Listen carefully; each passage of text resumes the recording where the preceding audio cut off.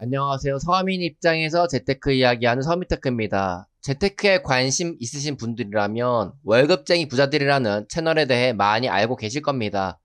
저 또한 돈을 악착같이 모으며 투자를 통해 돈을 불리는 동안 월급쟁이 부자 채널을 보며 힘을 내었습니다. 부자가 되기 위해 가져야 하는 마인드와 행동들을 말해 주었으니까 말이죠. 남들보다 소득을 늘리고 저축해라. 그리고 최소한 내 집 마련을 해라라고 말을 해주었고, 저도 이 부분은 충분히 동의합니다. 그러나 요즘 월급쟁이 부자들 채널에서 재테크 상담해 주는 것을 보면 항상 결론은 실거주할 내 집 마련을 하라고 조언을 해주더라고요. 최근 사연을 보면 두 딸을 가진 50대 주부이시고 남편과 같이 모은 6억을 돈을 불려주겠다고 한 지인분에게 사기 당하셨다고 합니다. 그래서 살고 있던 전셋집에서 시댁으로 옮겨가고 남은 전재산 1억으로 앞으로 열심히 돈 모아서 재테크 하려고 하는데 어떻게 하면 좋을지 고민되어 상담 신청을 했다고 합니다. 이에 대해 월급쟁이 부자들의 패널 분들은 우선 현금이 1억이 있지만 생활비로 썼던 마이너스 통장 대출 1억부터 빨리 갚아야 한다고 했었습니다. 그리고 소비 습관을 고쳐서 저축액을 더 늘리고 목돈을 1억 6천만 원으로 만들어야 된다고 했었죠. 그리고 재테크적으로는 목돈 1억 6천만 원을 만들어 실거주할 내 집 마련을 위해 비규제 지역인 수원 권선구 5, 6억대 아파트를 주택담보대출을 통해 실거주할 내 집 마련을 하려고 했습니다.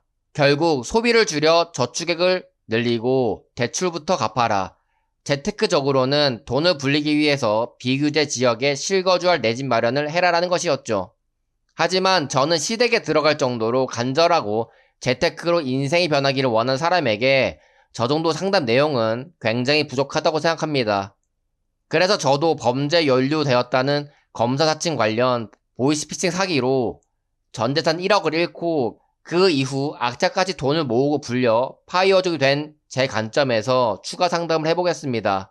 일단 50대 부부가 사기로 인해 재산이 없다는 것은 남들보다 한참 뒤에 있다는 것이므로 지금부터는 남들과 다르게 살아야 한다고 생각하셔야 합니다.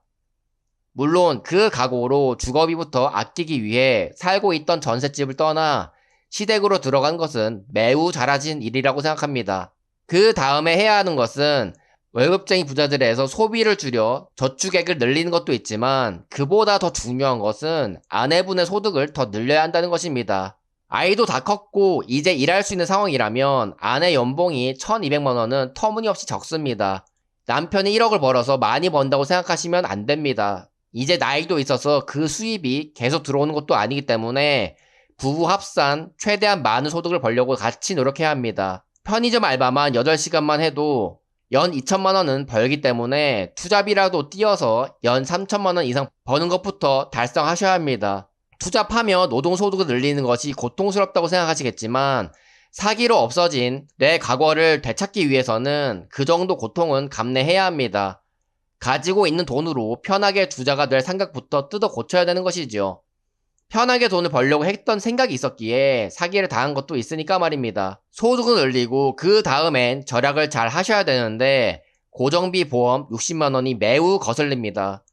저라면 보험 실비 5만 원 이하로만 다 맞춰서 총 20만 원으로 낮출 것 같습니다. 보험은 쓸데없이 많이 들 필요가 없습니다. 보험을 많이 든다는 것은 내가 노후 준비를 제대로 할 자신이 없다는 것과 똑같습니다. 그러니 보험들 돈을 아껴 그 돈으로 재테크하는 것이 훨씬 이득입니다. 그냥 자산을 최대한 잘 불려서 내 돈으로 병원비를 내는 게 돈 없어서 겨우 보험으로 병원비 내는 삶보다 훨씬 낫기 때문이죠.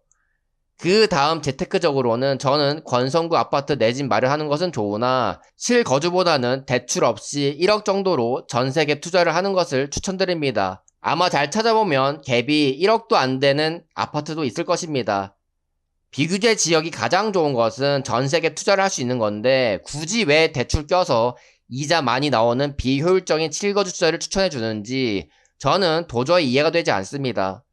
자산이 불려지고 1은 6억을 되찾기 전까지는 생활이 불편하더라도 거주비를 최대한 아끼는 것이 맞습니다. 부동산에는 최소한의 금액을 넣고 나머지 금액은 주식 투자로 자산을 불려야 합니다. 요즘 시대에 서민이 계층 이동하기 위해서는 부동산보다는 주식 투자를 하셔야 합니다. 부동산은 양극화가 심해져서 비싼 부동산이 더 많이 상승하기 때문에 부동산으로 돈을 벌려면 많은 돈이 필요하기 때문이죠. 그리고 수익률 자체도 주식이 부동산보다 훨씬 좋습니다. 그래서 저는 서민 입장에서 부동산은 인플레이션을 방지하는 수비형 투자 상품이고 자산을 불려주는 공격형 투자 상품은 주식이라고 생각합니다. 물론 변동성을 잘 버티고 장기 투자를 할 줄 아는 사람만이 주식 투자를 해야 되겠죠. 부동산은 주식의 변동성을 참지 못하는 사람이 그 다음 투자처로 어쩔 수 없이 투자를 하는 것이지 부동산 투자가 수익이 좋아서 하는 것이 아닙니다. 처음부터 주식 투자를 잘할 수는 없겠으나 소액으로 천천히 투자의 귀재들이 하는 것처럼 돈 버는 투자 원칙을 세우고 실천하는 연습을 하면 가능합니다. 결국 자산을 빨리 불리기 위해 간절한 사람이 해야 하는 것은 최대한 현금 흐름을 높이고 부동산에는 최소한 금액만 투자하며 나머지는 주식 투자에 집중하는 것입니다. 월급쟁이 부자들은 주식 투자를 할 줄 모르기 때문에 이미 구시대적 계층 이동 방법인 부동산 실거주 투자만 얘기를 하고 있는 것이죠. 월급쟁이 부자들에서 미흡했던 상담 내용에 대해 추가적으로 제 생각을 얘기해봤는데요. 아마 자산이 1억 이하가 있고 상담자와 같이 가난으로부터 탈출하고 싶은 간절한 분들에게 도움이 될 수 있을 거라고 생각합니다. 그러니 하루라도 빨리 저축액을 늘리고 투자에 관심을 갖고 자본주의 세상에서 살아남을 수 있는 자기만의 무기를 만드시길 바랍니다. 영상은 여기서 마치겠습니다. 감사합니다.